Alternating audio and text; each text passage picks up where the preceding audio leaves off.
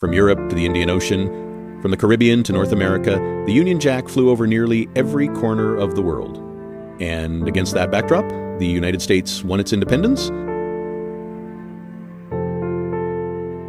To understand how it all began, we have to look back to the 18th century, where the spark was, quite simply, taxation. After defeating France, Britain emerged as the undisputed power in North America. But victory came at a cost. The war had drained Britain's treasury to the brink of collapse. London needed money, and so its eyes turned toward the North American colonies. In 1765, Parliament passed the Stamp Act.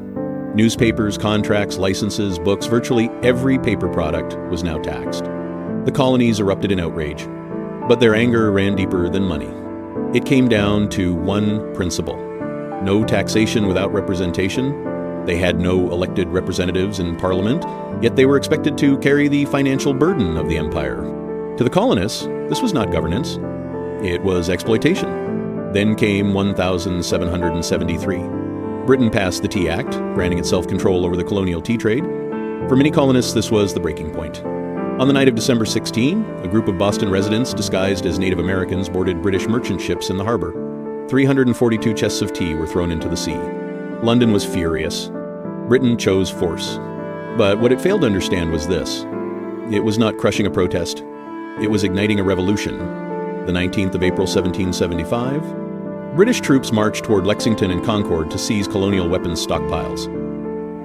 But word had already spread. Before dawn, colonial militia forces were waiting. The two sides faced each other. Then, a shot rang out. No one knows who fired first, but history would remember it as the shot heard round the world. The war had begun. Soon after, the Continental Congress appointed a Virginia planter as commander-in-chief. His name was George Washington. He was not a military genius. He lost battles. His army often lacked food. Desertion was common. In winter, many soldiers marched barefoot through the snow.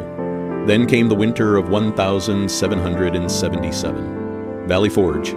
The Continental Army endured months of hunger, freezing cold, and disease. More than 2,000 men died, and yet the army did not break. It transformed, because Washington's greatest strength was never battlefield tactics. It was his ability to keep an army on the verge of collapse, believing in victory. Then, in 1777, Britain launched a bold plan, marched south from Canada, and cut off New England from the rest of the colonies. Instead, they suffered a devastating defeat at Battle of Saratoga. An entire British army surrendered. It was the first truly decisive American victory, and Europe took notice. France saw a real chance for Britain to lose and decided to join the fight. In 1778, France officially entered the war. Soon after, Spain and the Netherlands were drawn in as well. Britain was no longer fighting 13 colonies. It was fighting a global war.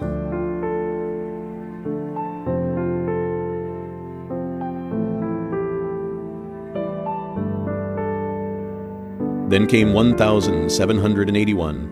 British General Charles Cornwallis dug in at Yorktown, waiting for rescue by the Royal Navy, but the French fleet sealed off the sea. Washington and French forces closed in by land, cut off on every side. Cornwallis had no way out. On October 19, he surrendered. The war was effectively over. A new nation had been born, and from that moment on, a new era began.